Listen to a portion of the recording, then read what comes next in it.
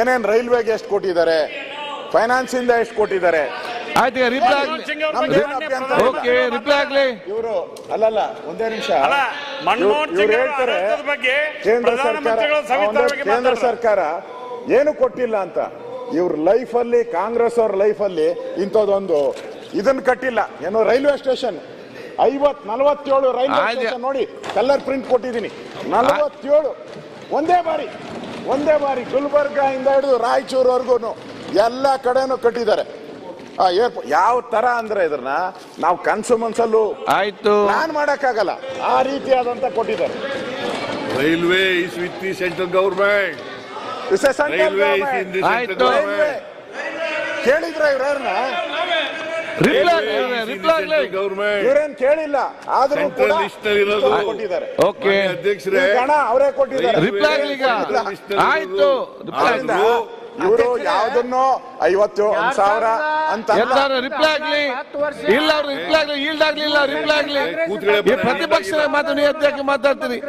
ಆಯ್ತು, ಕೂತ್ಕೊಳ್ಳಿ. ಈಗ ಮುಖ್ಯಮಂತ್ರಿ ರಿಪ್ಲೈ ಮಾಡಿ. 10 ವರ್ಷದಲ್ಲಿ 2,36,950 290ರಷ್ಟು ಇನ್ಕ್ರೀಸ್ ಮಾಡಿದಂತವ್ರು ನರೇಂದ್ರ ಮೋದಿ ಅವರು. ಇವರು ಸದನಕ್ಕೆ ತಪ್ಪು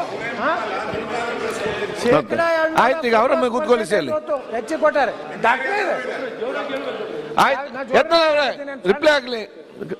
ಮುಖ್ಯ ಕಂಟಿನ್ಯೂ. ರೈಲ್ವೆ ಪಾಟೀಲ್, ಭಾರತದ railway is in the central list, central government ನಲ್ಲಿ ಬರೋದು. ಆದರೂ ಎಲ್ಲ ರೈಲ್ವೆ ಪ್ರಾಜೆಕ್ಟ್ಗಳಿಗೆ ಪುಕ್ಕಟೆ ಜಾಗ ಕೊಡ್ತೀವಿ ನಾವು. ರಾಜ್ಯ ಸರ್ಕಾರ ಪುಕ್ಕಟೆ, ಹೌದಪ್ಪ, ಎಲ್ಲ ಪ್ರಾಜೆಕ್ಟ್ಗಳಿಗೂ ಪುಕ್ಕಟೆ ಕೊಡ್ತಾ ಇರೋದು. ಆಮೇಲೆ 50% ಆಫ್ ದಿ ಪ್ರಾಜೆಕ್ಟ್ ಕಾಸ್ಟ್ ನಾವು ಕೊಡ್ತಾ ಇದ್ದೀವಿ. 50% ಆಫ್ ದಿ ಕಾಸ್ಟ್ ನಾವು ಕೊಡ್ತಾ ಇದ್ದೀವಿ. ಇದೆಲ್ಲ ಅದರಿಂದ ಬರ್ತಕ್ಕಂಥ ಸರ್, ಇದನ್ನ ಸ್ವಲ್ಪ ಎಲಾಬ್ರೇಟ್ ಮಾಡ್ರಿ. ಯಾವ್ದು ರೈಲ್ವೆದಲ್ಲಿ ಎದಕ್ಕೆ ಎಷ್ಟು ದುಡ್ಡು ಕೊಡ್ತಾ ಇದ್ರಿ? Land acquisition cost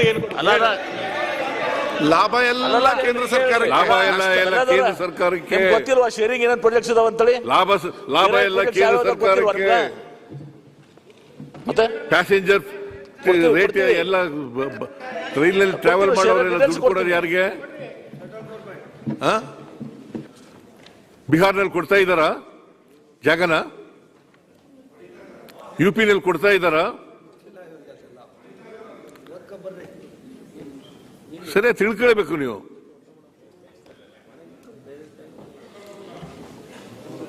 C Patil ಬೇಡ, ಕೂತ್ಕೊಳ್ಳಿ. ಆಯ್ತು, ಬೇಡ, ಕೂತ್ಕೊಳ್ರಿ. ಮುಂದಕ್ಕೆ ಹೋಯ್ತಾ ಇರೋದು, ಹಿಂದಕ್ಕೆ ಹೋಗಲ್ಲ ನಾನು. ಮುಂದಕ್ಕೆ ನೀವು ರೈಲ್ ಬಿಡ್ತೀರಲ್ಲ, ರೈಲ್ ಬಿಡಬೇಡಿ ಅಂತ ಹೇಳೋದು.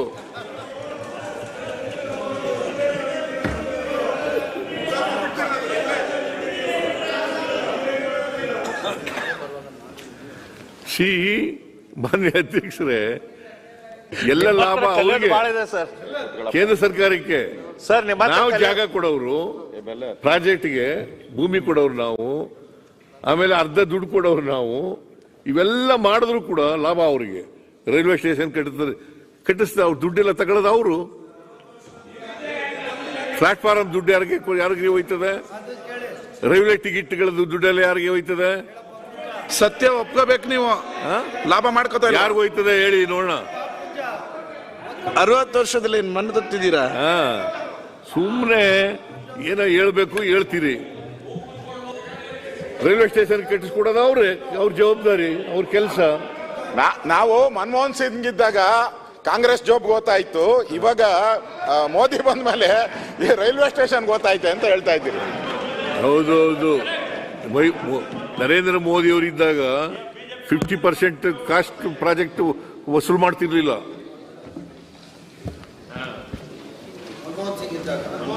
ಮನಮೋಹನ್ ಸಿಂಗ್ ಇದ್ದಾಗ. ಈಗ ವಸೂಲು ಮಾಡಕ್ ಶುರು ಮಾಡಿದ್ದೀರಿ ನೀವು. 50% ಇಲ್ಲದ್ರೆ ಹೊಸ ಪ್ರಾಜೆಕ್ಟೇ ಕೊಡಲ್ಲ ನೀವು. ಮಾಡ್ಕೊಂಡು ಹೋಗ್ತಿಲ್ಲ. ಆಯ್ತು. ಘೋಷಣೆ ಮಾಡಿದ್ದು ರಿಪ್ಲೈ ಆಗ್ಲಿ ಅಶ್ವಥ್, ಪ್ರತಿಯೊಂದು ಉತ್ತರಕ್ಕೆ ಚರ್ಚೆ ಮಾಡ್ಲಿಕ್ಕೆ ಹೋಗಬೇಡಿ. ಯೋಜನೆ ಮಾಡ್ಲಿಕ್ಕೆ ಹೋಗ್ಲಿಲ್ಲ ಸರ್. ಘೋಷಣೆ ಮಾಡಿದಂತ ಎಲ್ಲಾ ಕಾರ್ಯಕ್ರಮ ಆಯ್ತು, ಮತ್ತೆ ಚರ್ಚೆ ಮಾಡುವ. ಸಪ್ರಮ ಚರ್ಚೆ ಮಾಡುವ, ಒಮ್ಮೆ ಚರ್ಚೆ ಮಾಡುವ. ಯಾವ ರೈಲ್ವೆ ಸ್ಟೇಷನ್ಗೂ ₹1 ಕೊಟ್ಟಿಲ್ಲ ಸರ್. ಯಾಕೆ ಸುಮ್ಮನೆ ಹೇಳ್ತೀರಿ? ಆಯ್ತು, ಬೆಲ್ಲ ಮತ್ತೆ ನೋಡಿ ಚರ್ಚೆ ಮಾಡುವ. ಡೆವಲಪ್ಮೆಂಟ್ಗೆ ₹1 ಕೊಟ್ಟಿಲ್ಲ. ಓಕೆ, ನಾನು ಇನ್ನೂ ಡೀಟೈಲ್ ಆಗಿ ಬಜೆಟ್ ಮೇಲೆ ಉತ್ತರ ಕೊಡುವಾಗ ಹೇಳ್ತೀನಿ. ಎಷ್ಟು ಎಕರೆ ಜಾಗ ಕೊಟ್ಟಿದ್ದೀವಿ ನಾವು, ಎಷ್ಟು ಎಕರೆ ಜಾಗ ಕೊಟ್ಟಿದ್ದೀವಿ, ಎಷ್ಟು ಪ್ರಾಜೆಕ್ಟ್ಗಳಲ್ಲಿ 50% ಕೊಟ್ಟಿದ್ದೀವಿ, ಎಲ್ಲನೂ ಕೂಡ ಡೀಟೈಲ್ ಆಗಿ ಹೇಳ್ತೀನಿ. ಮಾನ್ಯ ಅಧ್ಯಕ್ಷರೇ, ಈ ಸಂಸ್ಕೃತಿ ಇಲಾಖೆಯಲ್ಲಿ 2015, 16, 17, 20ರಿಂದ 22ವರೆಗೆ ಇವ್ರು ಕೊಟ್ಟಿರ್ತಕ್ಕಂಥ ಹಣ ನಾವು ಎಷ್ಟು ಕೊಟ್ಟಿದ್ದೀವಿ ಅದರಲ್ಲಿ ಅರ್ಧ ಕೊಟ್ಟಿದ್ರು ಇವರು.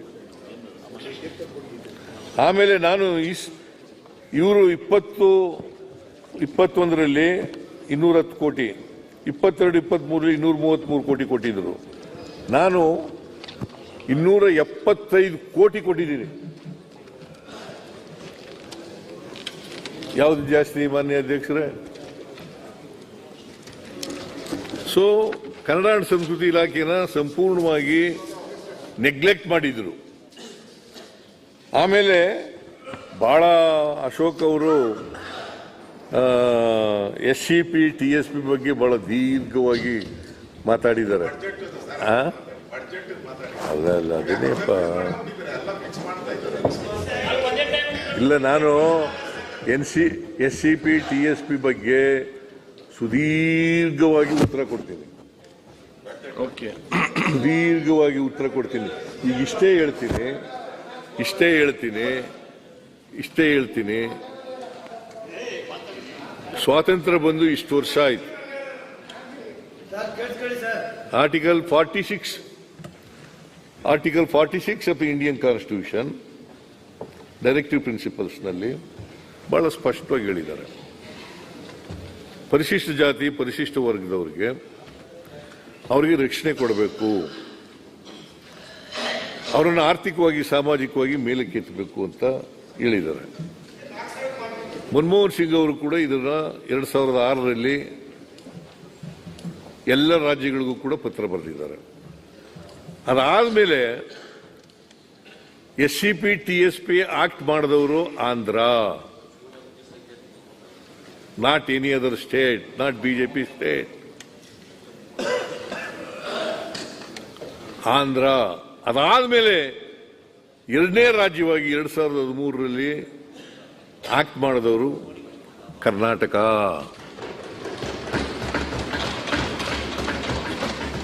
No central government, no BJP ruled government. State ಸೆಂಟ್ರದಾಗೂ ನೀವು ಇದ್ರಿ, ಸ್ಟೇಟ್ದಾಗೂ ನೀವು ಇದ್ರಿ, ಮಕ್ಕೊಂಡಿದ್ರಿ. ಸ್ವಾತಂತ್ರ್ಯ ಬಂದಿದ್ದು 47ರಾಗ. ಪ್ರತಿಯೊಂದಕ್ಕೆ ಯಾಕೆ ಪ್ರತಿಯೊಂದೇ ಕೂಡ ಪ್ರತಿಯೊಂದು ಯಾರಿಗೂ ಮಾತಾಡಬಹುದು. ಅಂಬೇಡ್ಕರ್ ಅವರನ್ನ ಚುನಾವಣೆ ಸೋಲಿಸಿದವರು ಯಾರು ಗುರುಗಳೇ?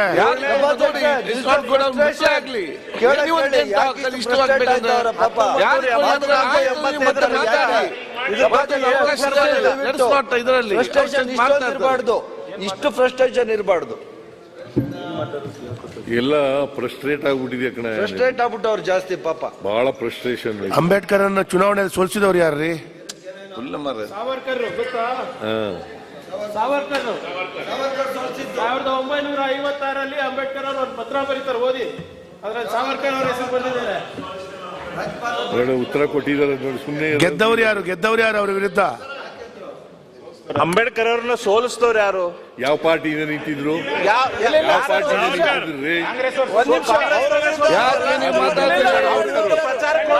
ಮಂತ್ರಿ ಮಾಡಿದವ್ರು ಯಾರು? ನೆಹರು ಅವ್ರ ವಿರುದ್ಧ ಪ್ರಚಾರಕ್ಕೆ ಹೋದ್ರಲ್ಲ, ಕಾಂಗ್ರೆಸ್ ಸೋಲಿಸಿದವ್ರು. ಅವ್ರು ಮಂತ್ರಿ ಮಂಡಲದಿಂದ ಹೊರ ಹಾಕ್ದವ್ರು ಯಾರು? ಅವ್ರು ನೋಡ್ದಂಗ್ ಮಾಡಿದವ್ರು ಯಾರು? ಅವ್ರ ಸಮಾಧಿಗೆ ಜಾಗ ಕೊಡದವ್ರು ಯಾರು? ಹಂಗಾರೆ ನೀವ್ಯಾಕೆ ಸಪೋರ್ಟ್ ಮಾಡಿಲ್ಲ?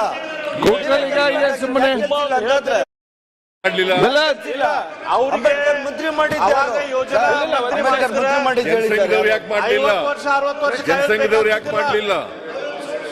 ಅವ್ರಿಗೆ ಜನಸಂಘ ಯಾಕೆ ಮಾಡಲಿಲ್ಲ? ಜನಸಂಘ ಯಾಕೆ ಮಾಡಲಿಲ್ಲ? ಮಾನ್ಯ ಬೆಲ್ಲದವ್ರೆ ನಾವು ಬಂದ ಮೇಲೆ ಮಾಡಿದ್ದು. ಎಲ್ಲಿ ಅವ್ರು ಸತ್ತಾಗ ಸೋಲಿಸ್ಲಿಲ್ಲ. ಅವ್ರ ಬೆಲ್ಲ ಅನಗತ್ಯವಾಗಿ ಸುಮ್ಮನೆ ಆರ್ಗ್ಯುಮೆಂಟ್ ಮಾಡಬೇಡಿ.